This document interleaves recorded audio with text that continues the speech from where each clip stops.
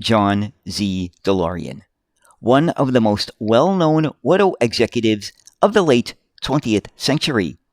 While he gained fame for his silver gull-winged DMC-12, what is far less known is that he attempted to bring change to the American transit market with a new type of bus from Germany. This is the story of the DMC-80, the bus that will never come back from the future. Hi, this is Jeffrey. Now, I'm sure most of you are familiar with the name John DeLorean. Now, DeLorean was an American automobile executive, and he worked for General Motors for a long time, and then he left in 1973 to start his own car company. And the car that he produced is probably most well known as the Back to the Future car.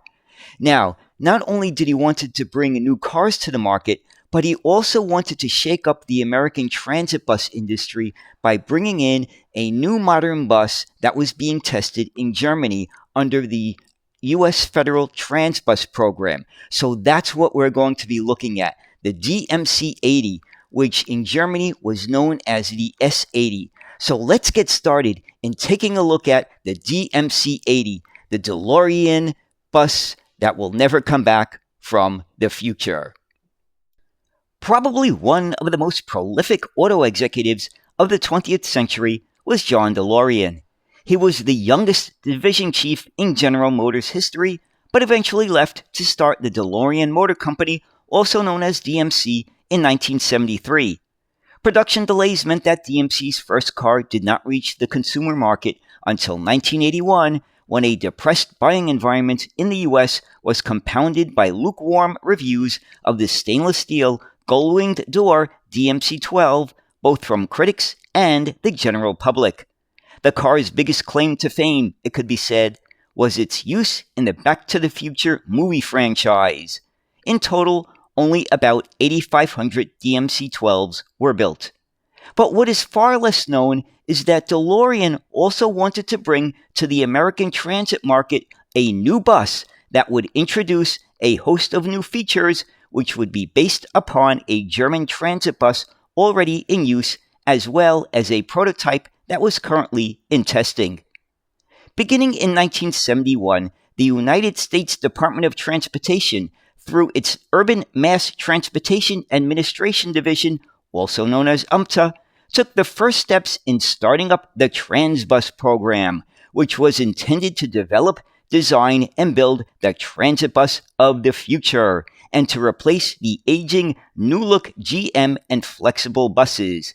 Eventually, 3 U.S. bus manufacturers took part in the program: DeLorean's former employer GM, along with Rohr and AM General. Each of the 3 manufacturers was required to develop their own prototype and build 3 each for testing.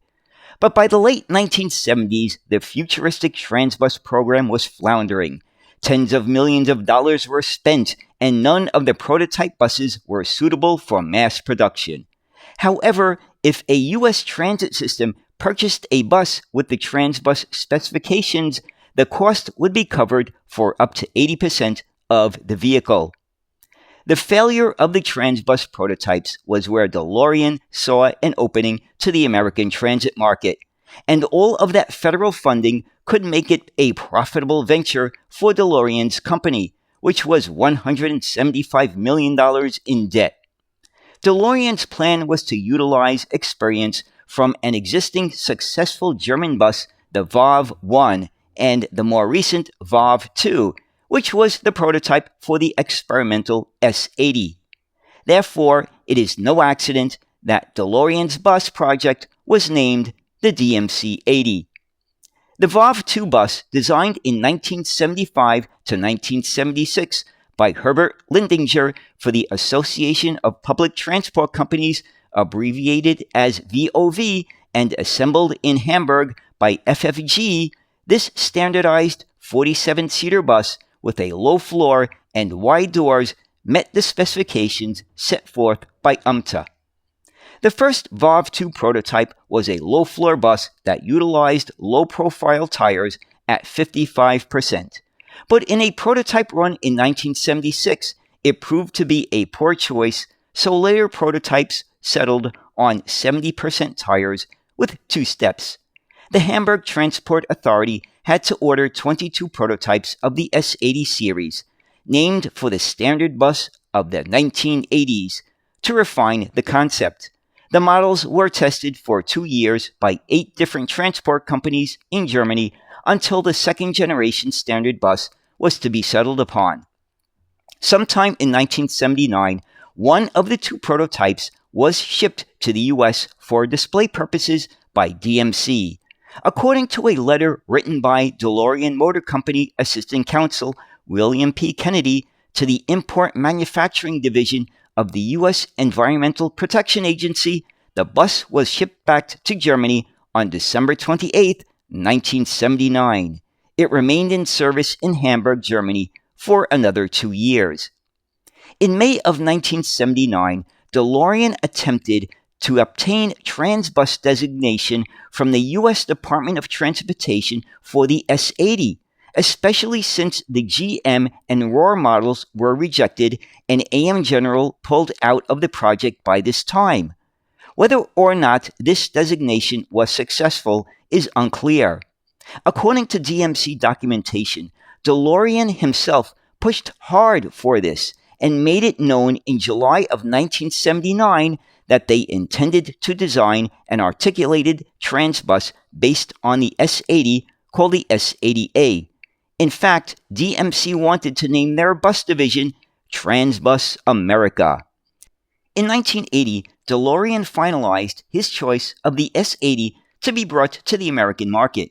An agreement was reached and a license was purchased in 1980 from FFG to manufacture it in the US, and several sites for factories were under consideration, which were Staten Island and the South Bronx, both in New York City, and Miami, Florida. A spin-off business of bus rebuilding was also in the works, with a possible facility in San Diego. 51% of a new bus would need to be manufactured in the U.S. to qualify under the Buy America policy of the time. Manufacturing quantities was planned as follows: 500 buses in 1981, 1,000 buses in 1982, and a total of 8 buses being completed per day by 1983.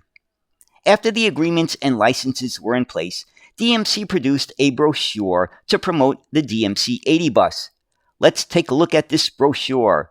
The first page describes the proven technology of the VAV 1 and 2, the fuel-efficient quiet engine, the wide doors, and the seating capacity. The second page describes the bus faces, the driver's seat, the low floor, transmission and steering, and air suspension and rear axle. The third page describes easy maintenance, dimensions, tires, fail-safe ventilation, brakes, and rugged long-life construction. The fourth page provides a statement about the bus and how it will be handicapped accessible using either a ramp or a lift. From the brochure, we can get a general idea of the basic specifications, which would be a width of 98 or 102 inches. The 98 inches may be a typo, as American buses are built to a width of either 96 or 102 inches. A length of 36.7 feet. This is quite odd, as it is not a standard American length. Buses in many large U.S. cities are 40 feet long.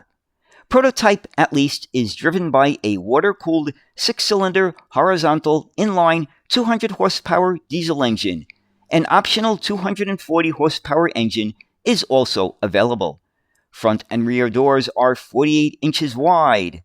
Seats a minimum of 46 passengers. Height from floor of front and rear doors is 22 inches.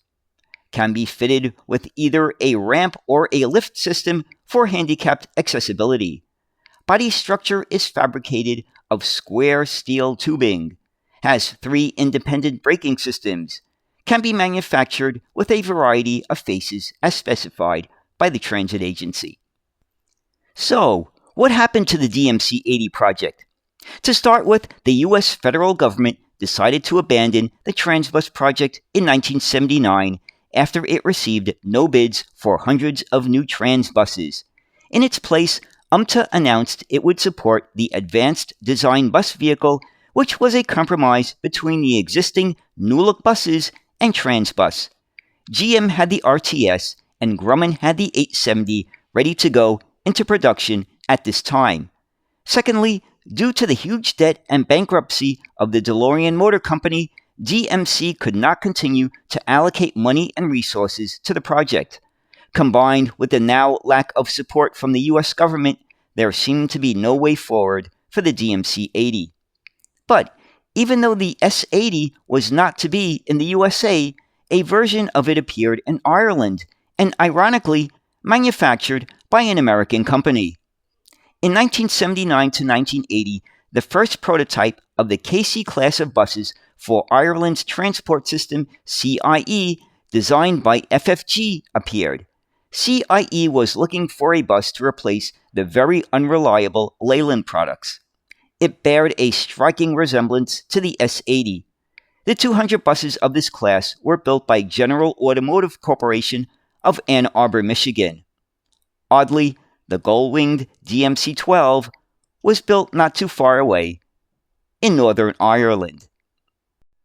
So, there you have it, the little-known story of how a big auto executive tried to bring a bus to the US and change the American transit bus market.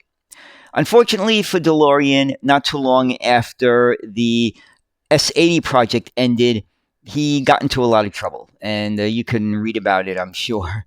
And in addition to that, he also purchased the Land Ram that was in the original Battlestar Galactica TV show. Now, I'm not too sure exactly why DeLorean Motor Company purchased it, but I know that DMC was also looking to manufacture other types of vehicles, and maybe they were going to use the Land Ram as a model or a concept for some of these other vehicles that they were looking to introduce to the American market.